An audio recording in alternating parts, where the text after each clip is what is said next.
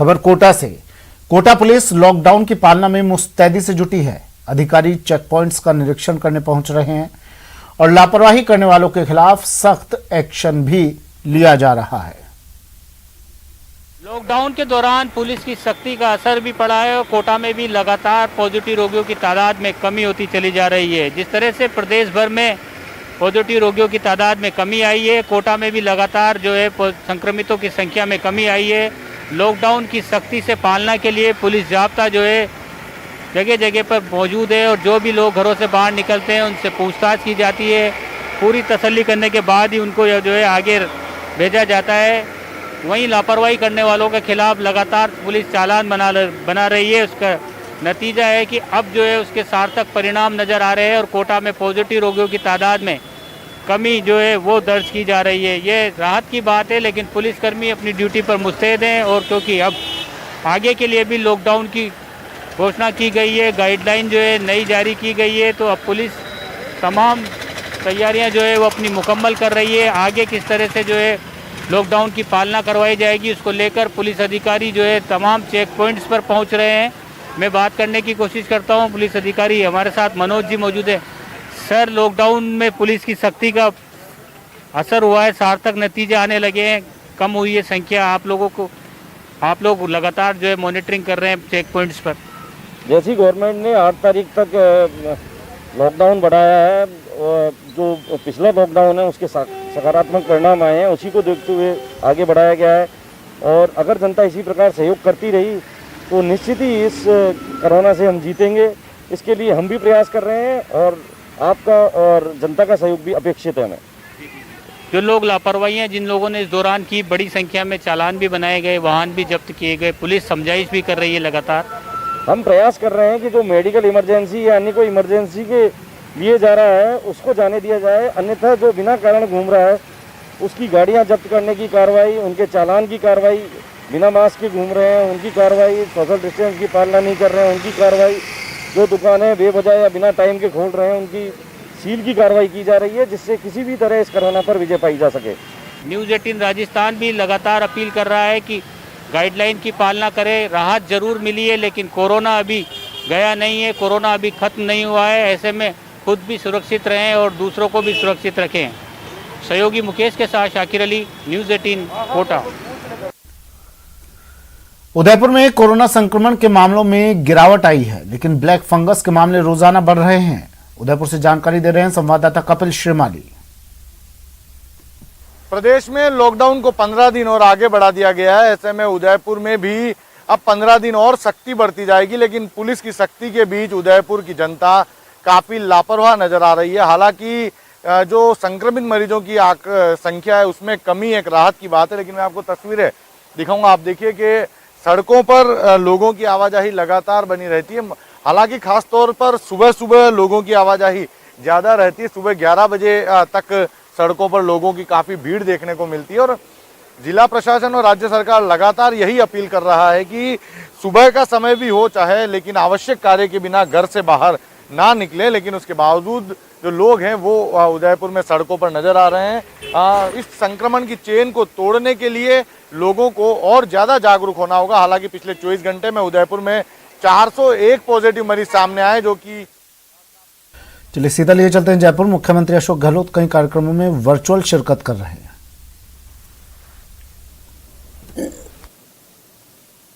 Rajendra Vishal ji, special secretary chief minister Sanjeev Mathur ji, chief engineer roads DR Meghwal साहब, chief engineer national highway, तमाम PWD के अधिकारीगण, अन्य उपस्थित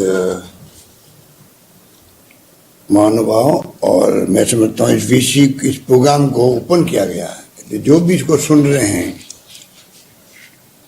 उन तमाम लोगों को मेरा प्रणाम, और वो तमाम लोग जो इससे जुड़े हैं उसके लिए मैं उनका आभार व्यक्त करता हूँ। जैसा अभी आपने इंदिरा गुर्जर जी से और गोपाल मीणा जी से उनके विचार सुने, मुझे बहुत पसंद था कि दो नौजवान विधायक जो अपने अपने क्षेत्र के विकास में अपना आप को समर्पित किए हुए हैं, प्रतिबद्ध किए हुए हैं, और रुचि ले रहे हैं, इस बात की मुझे बहुत प्रसन्नता है।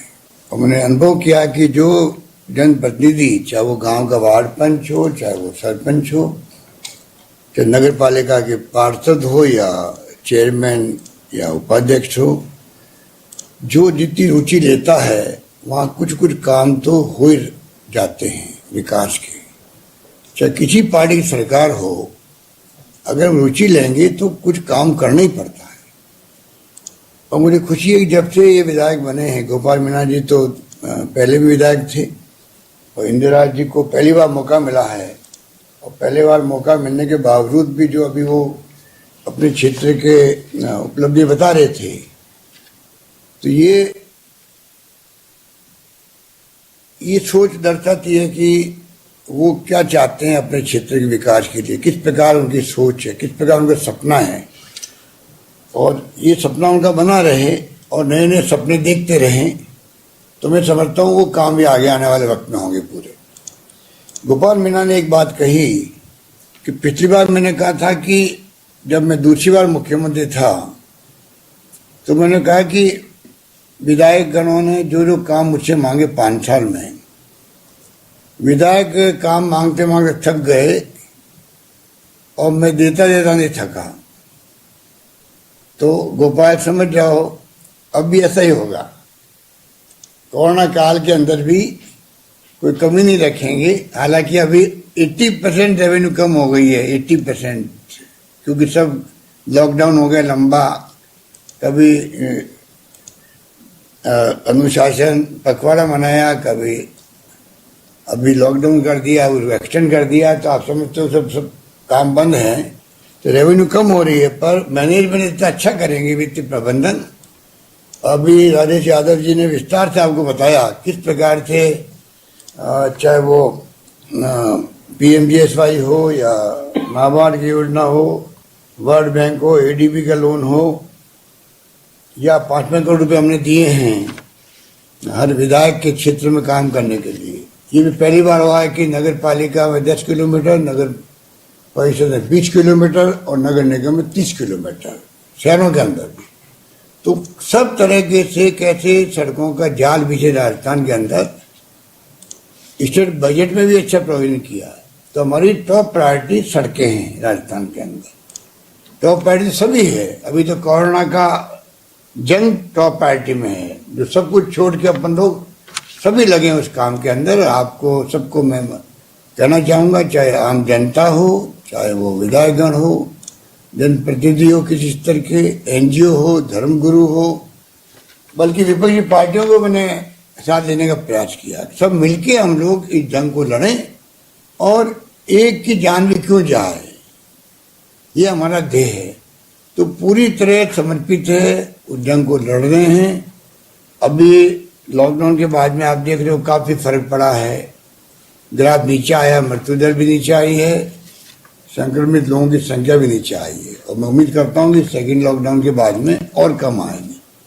मैं पब्लिक से आह्वान करना चाहूँगा, जब तक आप साथ नहीं दोगे तब तक ये संभव नहीं है। और साथ देने का मतलब है कि जो जो प्रोटोकॉल अनाउंस किए गए हैं SOP द्वारा, मास्क लगाने का भी हो, चाहे वो सोशल डिस्टेंसिंग हो, हाथ धोने की बात हो, या घर में रहने की बात हो। यहाँ तक आ गया है, घर में कोई मिलने आए तो जिससे मिलना है वो एक व्यक्ति बाहर जाए, मास्क लगा के दूर खड़ा होकर उससे बात करे, उसको अंदर नहीं बुलाए। उसके मायने ये हैं, अगर वो अंदर आएगा, हो सकता है वो सिम्टोमेटिक नहीं हो, अंदर आके पूरे परिवार वालों से मिलेगा तो कोई न कोई सभी संक्रमित हो जाएंगे। अगर वो संक्रमित बाद में निकला तो कहने का मतलब एक एक चीज का ध्यान रखा गया है। तो शॉर्ट में बात यह है कि कोरोना के टाइम के साथ लड़ रहे हैं, परंतु सड़कों की जो बात है ये बहुत महत्वपूर्ण है। और जैसे मैंने कहा कि टॉप प्रायोरिटी हमारी सड़कें हैं, क्योंकि सड़कों से ही विकास संभव है।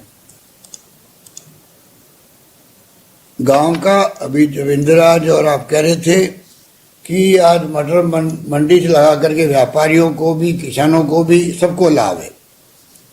जयपुर का दौसा का भी दूरी कम हो जाएगी, और जयपुर और अलवर जिला भी जुड़ जाएगा, तो सभी तरह से फायदे हैं।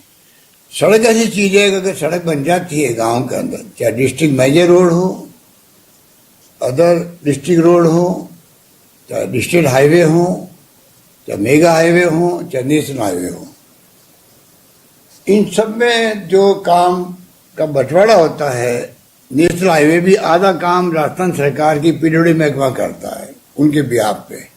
वो काम भी हमारी टॉप प्रायोरिटी पे रहता है और अच्छा काम करते हैं यहाँ के इंजीनियर्स वे मिल करके। और स्टेट हाईवे का काम भी अच्छा चल रहा है, मिसिंग लिंक के काम है, अपग्रेडेशन के काम है, सुदृढ़ीकरण के काम है। जितने ज्यादा होंगे, अभी इंदिराज कह रहा था कि हमारी सिंगल रोड से सब, अब वो डबल भी बनेगी, सुदृढ़ीकरण भी होगा, उसके अपने लाभ हैं क्षेत्र के अंदर। तो मैं कहना चाहूँगा कि जिस प्रकार से आंकड़े दिए गए हैं, अलग अलग जिलाधीश दे थे, किस प्रकार से हर क्षेत्र में हम लोग चाहेंगे बड़ा इन्वेस्टमेंट हो करके, चाहे लोन लेना पड़े लोन लेंगे, पर अच्छी सड़कें बननी चाहिए। क्योंकि आपको मालूम है कि जॉन एफ कैनेडी जो प्रेसिडेंट थे अमेरिका के, उन्होंने उस जमाने में कहा कि क्योंकि सड़कें शानदार है अमेरिका की, इसलिए हम विकसित राष्ट्र कहलाते हैं।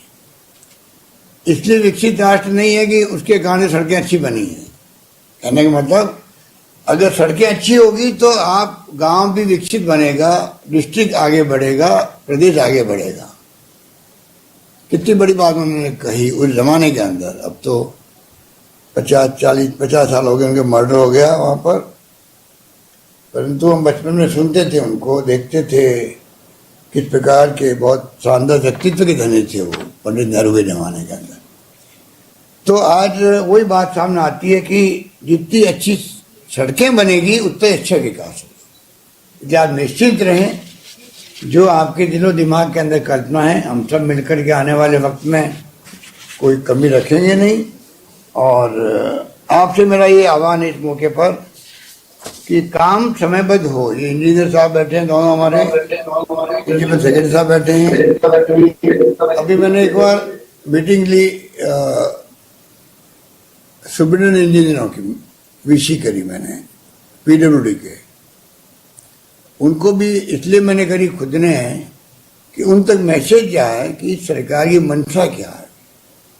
नंबर एक, क्वालिटी की सड़कें, सड़क बनना एक बात है, और 6 महीने में टूट गई सड़क, 8 महीने में टूट गए, तो लोग आपको कहेंगे एमएलए साहब सड़क बनाई तो टूट गई वापस, इतना करप्शन हुआ इसके अंदर। उस तक का ध्यान रखना पड़ता है। डिफेक्ट लायबिलिटी भी पहले 3 साल थी, उनको 5 साल कर दिया। मेंटेनेंस भी 5 साल होगी ठेकेदार द्वारा। उसी रूप में मैंने खुद ने चर्चा करी, क्योंकि मेरा अनुभव था 20 साल पहले का, जब मैं मुख्यमंत्री था, और उस वक्त में भी भयंकर अकाल सूखे पड़े थे और हम लोग बहुत बदनाम थे सड़कों के मामले में, क्योंकि कहावत बन गई थी कि गुजरात की सड़कें बहुत शानदार है। गुजरात से जब आते हैं बाई रोड कोई, और कार में अगर किसी को नींद आ जाए और नींद खुल जाए तो हम लोग राजस्थान आ गया, क्योंकि सड़कें के गड्ढे पड़े हुए थे, सड़क अच्छी नहीं थी, ये कहावत थी। उस जमाने में मैंने इंटरेस्ट लिया कि सड़कों की क्वालिटी अच्छी बने, और बाकायदा उस वक्त भी मैंने इसी प्रकार मीटिंग ली थी और 2-2 कहा था। हमें सब कुछ बर्दाश्त है, परंतु क्वालिटी का मेंटेनेंस करना आपकी जिम्मेवारी होगी, उसमें कोई कॉम्प्रोमाइज नहीं होगा। क्वालिटी होना बहुत जरूरी है।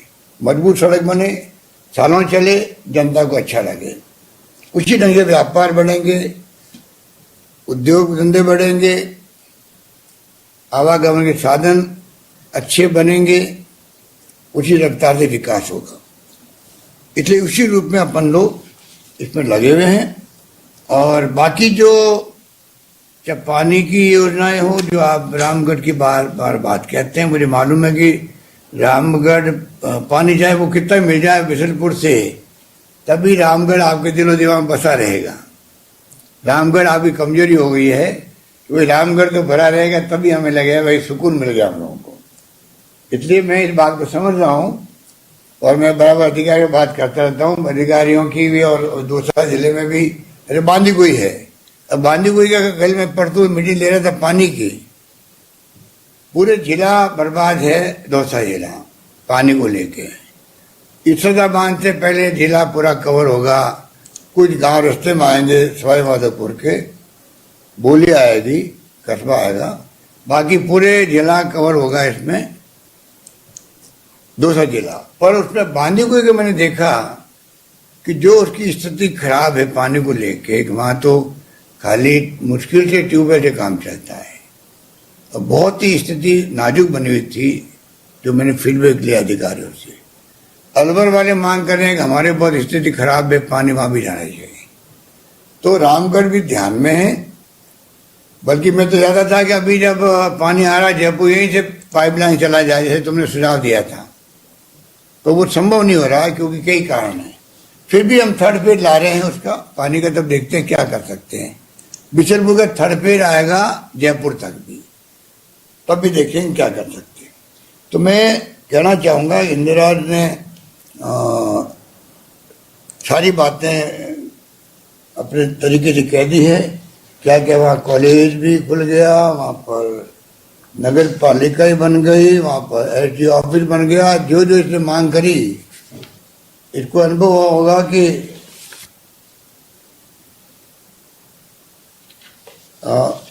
इसको भी अनुभव होगा कि क्या मतलब कि किस प्रकार से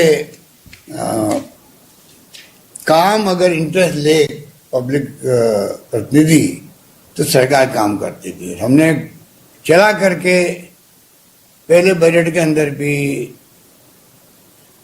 मुख्यमंत्री की जो स्पीच होती है उस घोषणाओं के अंदर भी, दूसरे बजट में भी कोई कमी नहीं रखी है, बल्कि हमने 2.25 करोड़ से 5 करोड़ तक कर दिया, आपका फंड एमएलए का भी कर दिया, आप लोगों की जो भावना थी। हालांकि इस बार तो वो वैक्सीन के भेंट चढ़ गया है, पर वो तो 6 महीने बाद वापस आएगा, कोई दिक्कत नहीं है।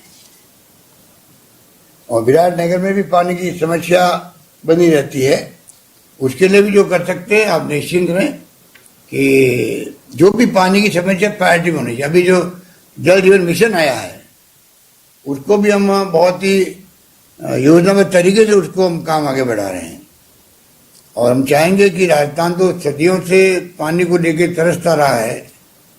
हालांकि भारत सरकार हमारे साथ अन्याय कर रही है, उनको 90-10 का रेशियो होना चाहिए था इसके बनने का, जैसे पहाड़ों के राज्यों में होता है। यहाँ रेगिस्तान के इलाके हैं, गांव दूर दूर हैं, परंतु आज 50% भारत सरकार, 50% राजस्थान सरकार। तो आप सोच सकते हो कि बहुत बड़ा भार पड़ता है राजस्थान सरकार पर। फिर भी हमने मंजूर किया वैक्सीन के लिए। वैक्सीन ऐसी चीज़ है भारत सरकार को ही करनी चाहिए थी। वैक्सीन आज 5-6 तरह की वैक्सीन लगती है, तमाम भारत सरकार के द्वारा लगती है पूरे देश के अंदर, और ये बड़ी महामारी है जो घातक महामारी है, जल्दी फैल रही है, नौजवानों बच्चों में फैल रही है, गाँवों में पहुँच गई है। आप देख रहे हो कि नौजवान मर रहे हैं, बच्चे मर रहे हैं। आंकड़े मैं कल रात को ले रहा था, आज सुबह भी ले रहा था, तो मालूम पड़ा कि अभी पिछले महीने 1.5 महीने में बच्चे बहुत आने लग गए, जेके हॉस्पिटल में भी और सब जगह। तो कहने का मतलब कि इसको वैक्सीन हमारी टॉप प्रायोरिटी होनी चाहिए देश की। अस्पतालों में इलाज से कोरोना खत्म नहीं होगा, वो तो आप अगर संख्या बढ़ती जाएगी तो कभी ऑक्सीजन की कमी, कभी दवा की कमी आ रही है। असली जंग जीती जाएगी मैदान के अंदर, वो पब्लिक के सहयोग से। ये लॉकडाउन प्रोटोकॉल इसका कोरोना का, जिसमें मास्क लगा बैठे हुए हैं, बहुत जरूरी है। और साथ में वैक्सीन लगाने के बाद में फिर कोई अगर पॉजिटिव आता भी है, जैसे मैं खुद आ गया तो मेरी 2 वैक्सीन लगी हुई थी, तो मैं बहुत माइल्ड आया। तो ये सिद्ध हो चुका है कि जिसके वैक्सीन लग जाती है वो कम से कम जिंदगी बच जाती है उसकी, फिर खतरनाक स्थिति नहीं बनती जो आज बनी हुई रही है। ये तमाम बातें आपको पब्लिक को समझानी पड़ेगी, और अभी आप सबका काम मैं ये कहना चाहूँगा पूरे राजस्थान के तमाम हमारे जनप्रतिनिधियों से, चाहे वो किसी पद पे गांव के हों या शहर के हों या एमएलए एमपी हों, हम सब मिलकर के पब्लिक के साथ में खड़े रहें और किस प्रकार हम उनकी सेवा कर सकते। अभी हमें सामने हमारा धर्म सिर्फ इंसानियत होना चाहिए। धर्म इंसानियत है, ना जाति, ना पाति, ना धर्म, ना विचारधारा। सामने इंसान खड़ा है, हमें उसकी सेवा करनी है, उसको बचाना है। उसके कोई बीमारी हो गई है या उसको तकलीफ है या उसको गाइड करना है, उसको संपर्क करवाना डॉक्टर से, सब काम हम लोगों को करना है। और जब हम अगर लॉकडाउन के माध्यम से पूरी तरह इसको नीचे ले आएंगे ग्राफ को, इधर वैक्सीन का काम जो है भारत सरकार तो मैं समझता हूँ कि उनको बहुत पहले से ही इसकी प्लानिंग करनी चाहिए थी, रोड में बनाना चाहिए था, नहीं बना पाए। वरना पूरे दुनिया से वैक्सीन कैसे आ सकती है। हमारे यहाँ कई कंपनी अच्छी है, 15-20 कंपनी है, उनके माध्यम से बनती है। डॉक्टर मनमोहन सिंह जी ने। चलिए बुलेटिन में फिलहाल इतना ही, दीजिए इजाजत, नमस्कार।